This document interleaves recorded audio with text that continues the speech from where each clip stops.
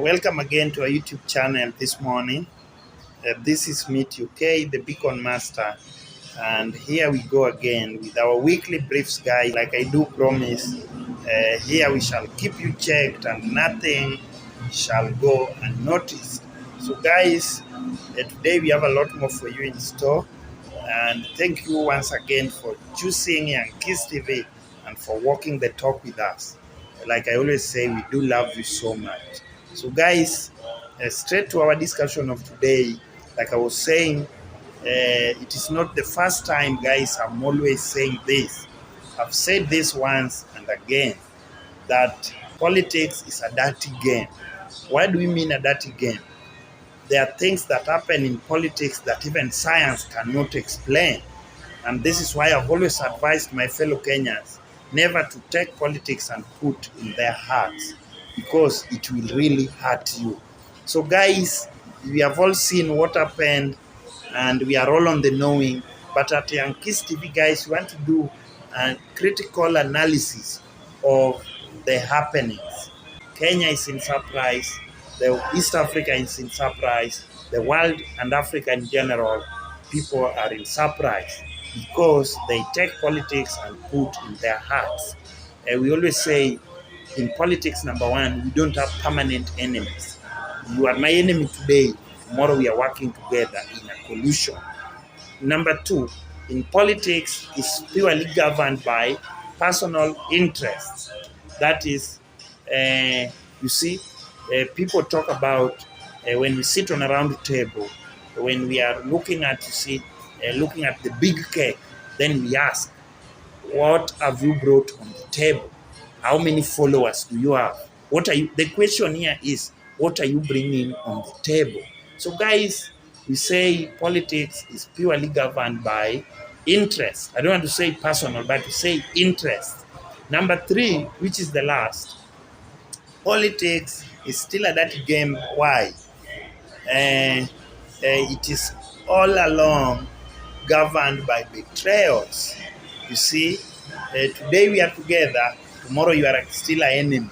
That is why betrayal and permanent enemy, they all go hand in hand. We don't have permanent enemies in politics, and also don't trust me too much, because I'm still governed by the same interest that I was talking about. So guys, these are three main factors, but they go hand in hand. So what am I talking about, guys? We are all aware Kenyans have been in dismay. People are asking questions. Some are left dumbfounded, asking, where are we going? And what is happening? What is in the offing? We have been able to see, we woke up to this big news that the two protagonists, that is the Right Honorable RAILA meet the President of Uganda, Yoweri Museveni, and also with the President of Kenya, Dr. William Samoei Ruto. And guys, this was after Baba had gone to Germany for almost a week. People have been asking what was his journey to Germany all about. And we saw him there do a lot of tours, especially to his former university, the University of Leipzig. And we saw him meet with several leaders there. But the main objective, guys, people have been questioning whereabouts of Baba, what is happening in Germany. Why did he travel to Germany immediately after announcing or accepting to be the main contender of the AU chairmanship? Again, after that, we saw him, before returning to the country, he went straight to Namibia, where he attended a special burial there of a former friend, and who is also the former president of Namibia. There also he met with several leaders, the several presidents of Africa, that is the president of Congo, the president of South Africa, the president of Kenya himself, Mr. Samoei Ruto. He also met with the president of Tanzania, Suluhu Hassan. But more importantly, guys, in Namibia also, there was a lot of things that were hidden from us. There were several meetings there, guys. I believe even the president of Kenya and the Right Honorable RAILA also held an indoor meeting in Namibia, like I was saying in our previous episode. But guys, most importantly, one thing that we really have to talk about and we were able to see is the meeting of Baba with the former president of Tanzania, Mr. Jakaya Kikwete, who is also said to be eyeing for this particular AU seat, although he has really not come out clear to really declare his interest in this particular seat. But news has it that he's under pressure from the regional leaders asking him to go for this particular seat. Why? Rumors and the gossip say that people are asking, is Baba really academically qualified for this particular seat? Because we saw qualifications were displayed there within the AU platform that really they must have a PhD, they must have a number of degree qualifications. But people are asking, does Baba have this? And therefore, at Yankees TV, we say, and we are all aware, that it is not the first time, number one, Baba is working for the AU. He has been working for the AU, commission as a high representative under infrastructure. And therefore, what we are asking, does the qualifications differ under the same organization? So those are just rumors, guys, but we believe Baba is more than qualified to be the AU chairman. And like we know, it is Mandela moments, and the only right choice for Africa now, guys, is none other than the Right Honorable RAILA Amolo Odinga. So, guys, from Namibia, guys, we are able to see now Baba and the president of Kenya sneaking to Uganda. This really got Kenya with surprise. Nobody was expecting this. But in politics, guys, like I said, there are two main things we really have to accept. We always have betrayal in politics, and we also have what we call people following their personal interests. So, guys, I don't know whether this is now the onset of betrayal or this is the onset of personal interest. We don't understand. So, guys, before we tell you, and we want to put here clearly and do this, you see, deep analysis of really why we think Baba and the president of Kenya, Dr. William Samoei Ruto, had to go to Uganda for the intervention of the president of East Africa, that is Dr. Yoweri Kaguta Museveni. So, guys, before we do this, let me just take this one moment to ask you for a favor. Guys, if it is your first time coming across Yankees TV and watching us live, this is me, the Beacon Master, and like I always say, we do love you so much, guys, but I cannot forget to ask you to stand with this channel by subscribing, give us a thumbs up. You can give us your opinion on the comment section on whatever topic we are discussing. Guys, I say this is not a one-man show, and we need your input because without you guys, we are no more.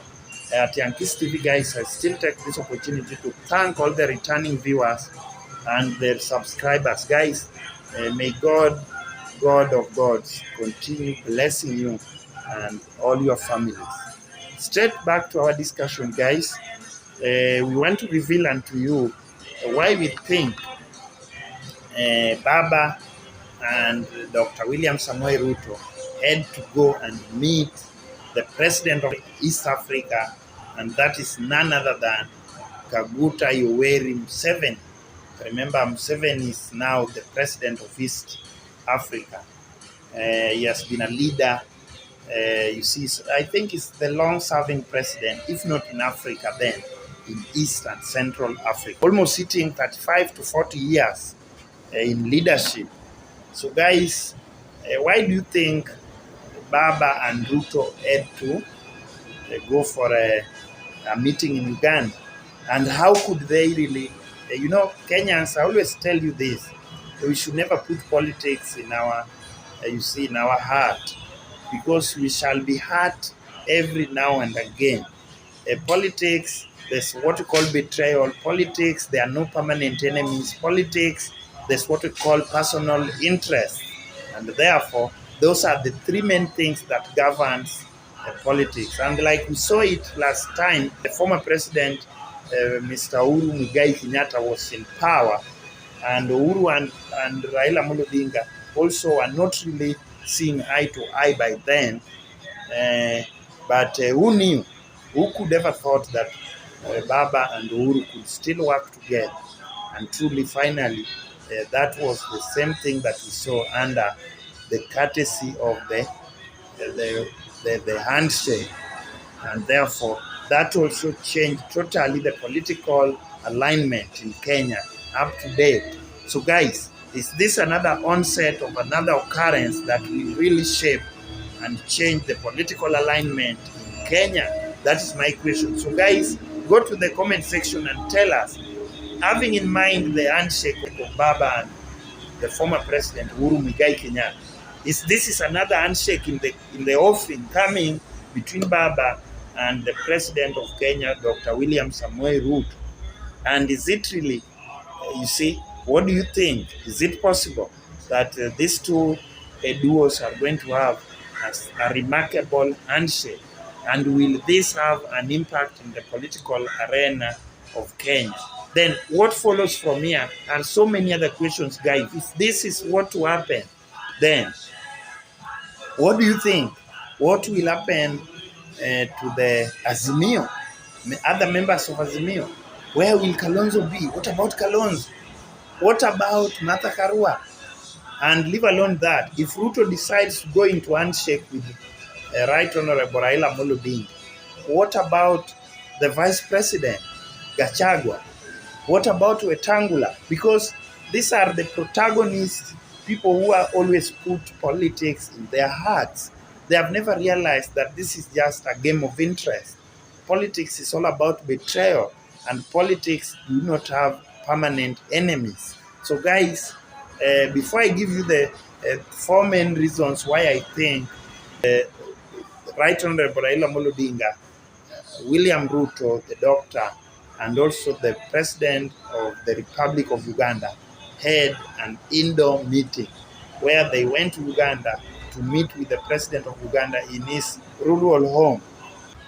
After the break, let me take a sip of water, but when I come, we are going to give you clearly a deep analysis of why we think Baba and the two presidents had to have a meeting. Thank you, guys. Please remember to stand with the channel, and the only way to do so is to subscribe, share the link, and we spread the gospel of Yankees TV. Guys, we said our main target this year is to hit 2,000 subs, and we cannot do that, guys, without you. We need you to do your part. We also do our part, and God shall do his part. Thank you, guys. We do love you so much. Today we have a lot more for you, and nothing shall go unnoticed. Thank you, guys. This is me, the Beacon Master, and the Yankees TV. The secret meeting between the current president of Kenya, Dr. William Samoei Ruto, and the Right Honorable Raila Amolo Odinga, together with the president of East Africa, that is Dr. Yoweri Kaguta Museveni. Guys, this meeting really depicts a lot. And as we are going to find in our critical analysis at Yankees TV, we are going to give you 4 main reasons why we think this meeting was able to be held. And it was a secret of the 3. No any other person was aware of this until we were able to see it within the social media, where the photos were shared. So, guys, number 1, why do we think that the 3? Because people are asking whether what is really cooking is another handshake in the offing, and this handshake between Ruto and Right Honorable Raila Amolo Odinga shall rock the world, because this is really what people have never expected. So it shall really rock the world with a lot of surprise. It shall really be big news indeed. So, guys, before we go into that, we just want to look at the 4 main reasons why we believe at Yankees TV that this meeting was held. Number one,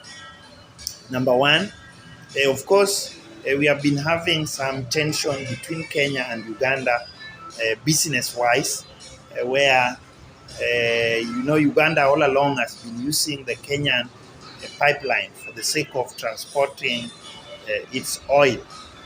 And of late we saw where the two governments were in a tug of war, and the president of Uganda declared that from now onwards they are not going to deal with Kenya or do business with Kenya, and therefore they were going to take their oil through Arusha or from Tanzania. And therefore, by considering this, Kenya was really going to be the biggest loser here, because we do business with Uganda, and in goodwill, if we allow them to transport their goods through our roads and through our pipeline, then we could be really able to get a lot of revenue. So I believe, and we believe strongly, that this was one of the major intentions of having this meeting. And remember, why Raila coming in, when it was country to a country, we expected the two presidents alone to square that issue. Raila, has been in the business of oil since time memorial, and therefore is a good player, when it comes to the issues of oil. And we believe he went there to support the president to be able to talk and square this issue with the president of Uganda. And you remember, when Baba is there, things are always okay. So RUTO got it very easy to really face the president of Uganda in the presence of Baba, who really has been in this business for a long time. And Baba, we know his nature. He's really a leader who is respected, and he has good networks, and issues of bringing people together. He has been on the forefront. So guys, at Yankees TV, we are saying it was to rebuild the ties between Kenya and Uganda, especially on the issue of trade, where the main good here we are talking about is the petroleum and through the pipeline. So guys, if you believe that is also, you can take to the comment section and tell us whether you really believe what we are saying carries some water. Number two, guys, why we believe this meeting had to be held with the three. The main and the most outstanding reason here, alongside the one we have mentioned, is the AU chairmanship. We believe, like we have said, Baba officially has begun his campaign to be the main contender of the AU chairman commission. And President Yoweri Museveni is not somebody to be assumed. He has a loud voice in Africa. He's the father of East Africa, and therefore we believe is the main obstacle when it comes to Baba pursuing this particular course. Remember, Yoweri Museveni is an influential leader. Like I've said, is more respected again when it comes to issues of Africa, because he has been there and is more experienced than any other president around. And therefore, through the courtesy of President William Ruto as a president of Kenya, then they really had to go face Museveni and plead with him that truly this is a Mandela movement, and the right person, as demanded by the Africans now, is the Right Honorable Raila Muludi. And from the look of things, if we study the pictures that I'm playing for you guys, we can really conclude that their discussion was, their discussion was very much positive, and we believe it all was well. There's some moment again we can see Ruto and Raila talking, and from the chemistry of how we can view that particular picture, I believe that they were in one accord and they were able to really understand each other. Then, so we believe the main topic here was the aspect of the AU chairmanship, because we know President Yoweri Museveni plays a major role when it comes to the issues of AU. He has been the most experienced president around, and if he says yes, then all the other presidents around will say yes. So we believe they went there as a duo to meet with the Mzee in Uganda, because that Mzee plays a major role. So when he will be able to talk to the rest of the other president, then they will really be able to listen to none other than Yoweri Kaguta Museveni, because of his age, and of his stature. He's a man of the people. He's a very respected leader and the true leader of Africa. And therefore, if Yoweri says yes, who dare says no?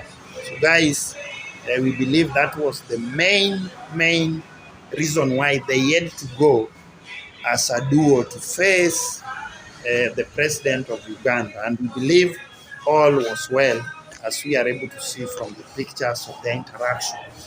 Before I give you the number 3, we also want to see on the comment section, what do you think? This is just the Beacon Master thinking, and I'm thinking loud. So I've given you one.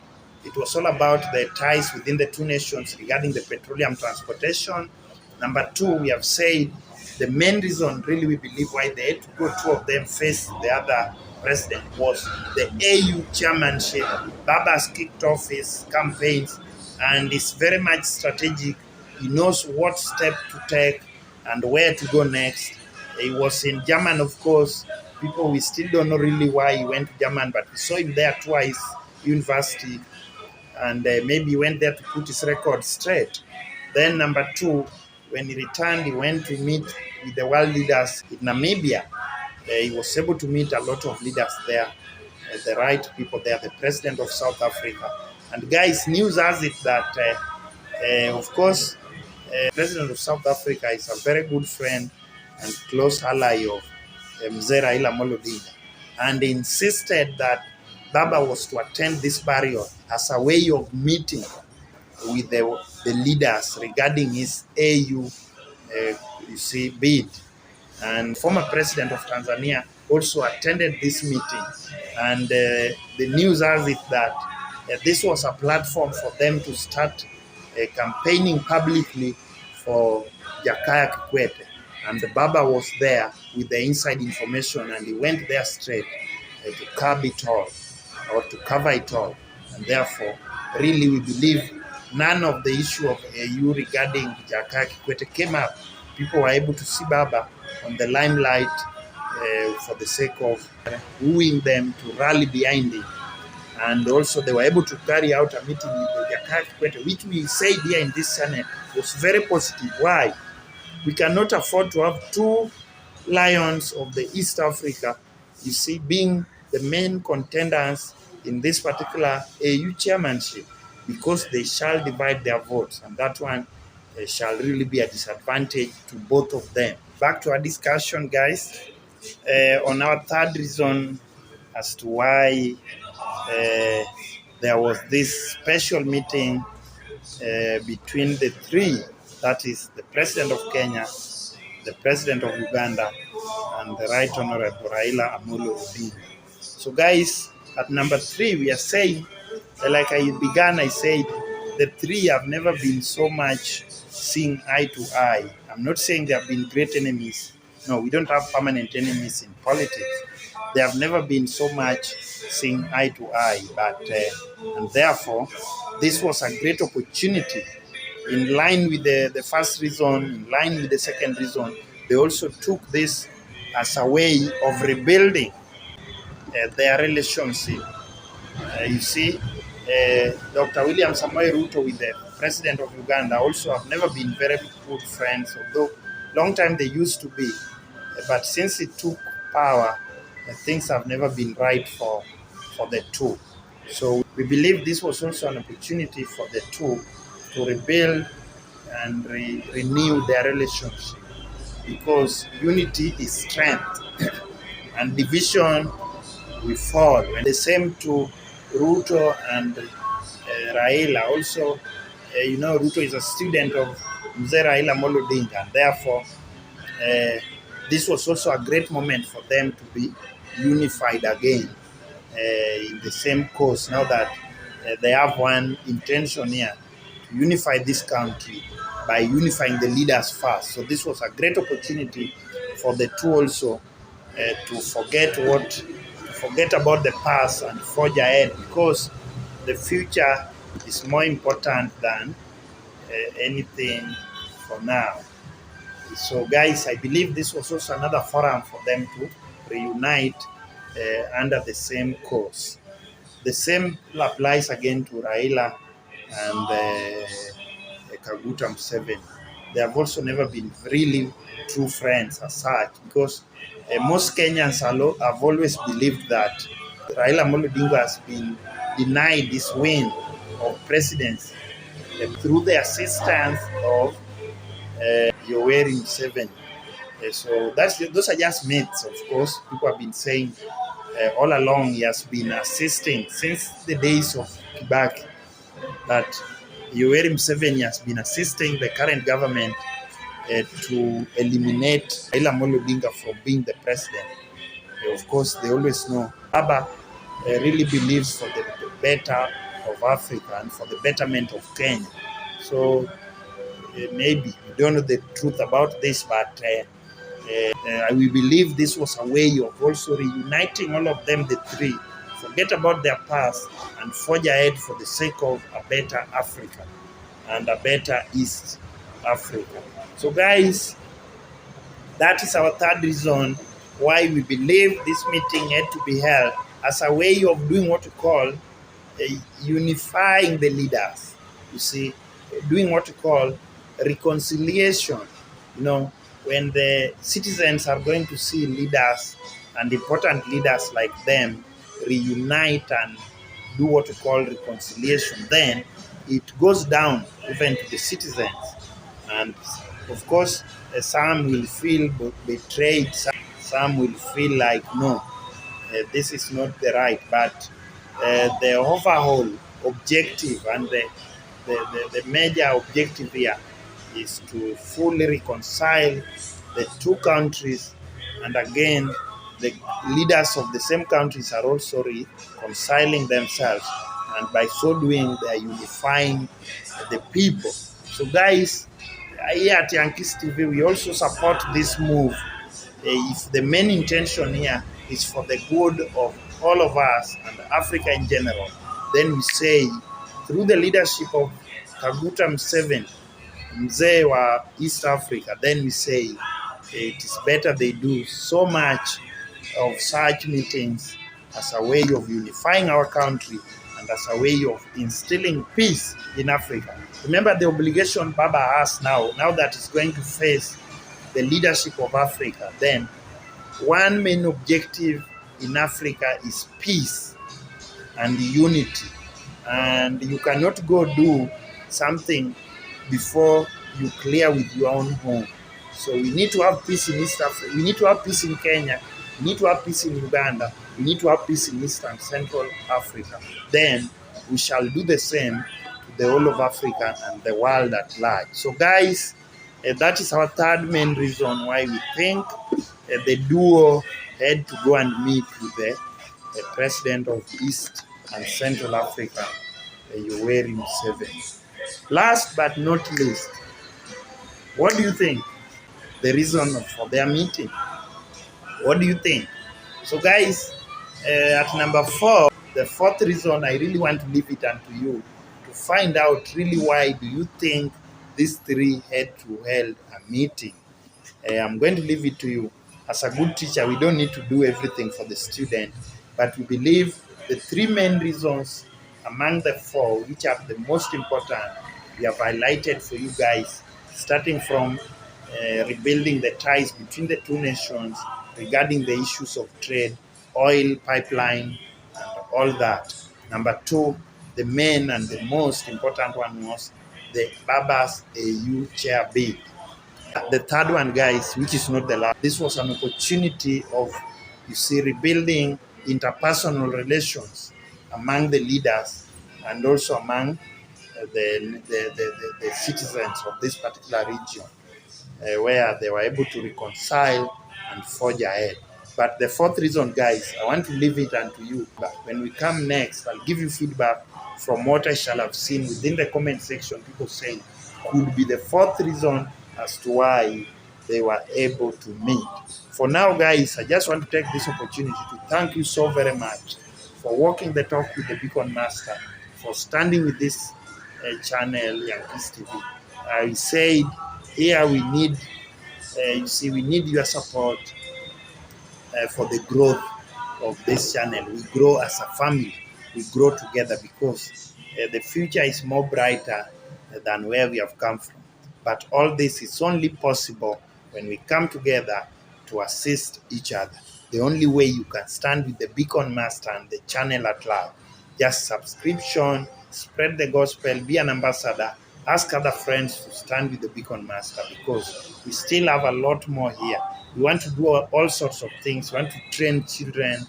Most of our groups of students are still at school, but when they come back home, we always say, this is the only place for all the students to engage them in terms of learning experience, in terms of talent training, in terms of inspirations, and keeping our children motivated and inspired for the future. We also want to train journalists. We want to train people, news anchors. Every single talent, guys, we are not leaving behind. For our subscribers, we do thank you so very much. When we send for you these videos, please take it positive, because we are trying to reach, you see, so many people. When you share the link also, we are able to reach so many other people. We work together, and God shall bless us. Till we meet again, guys, still more to come. I know our next topic will be, so my next topic, guys, will still be on this matter. You see, the big news of the meeting of the three leaders of East Africa. Guys, if truly the duo shall work together and forget about their past, then this has a big implication within the political arena of Kenya and within the realignments of the leaders of the political history of this country. So guys, before I come next, what next for people like the end of Kenya, Mr. Gachagua? What next for, on the other side, the Azimio leaders, Kalonzo Musyoka? What next, guys? I want you to go into the comment section and be able to tell us who are the gainers here and who shall be the losers if the two decides to work together. That is the president of the people and the president of Kenya. If they really decide to work together, what are the implications on the other categories of people, guys? So we just need your intake on this, and you go to the comment section and give us your thoughts about this. Till we meet again, this is me, the Beacon Master. We do love you so much, guys, because without you, we are no more. Thank you, and may God bless you. Bye-bye.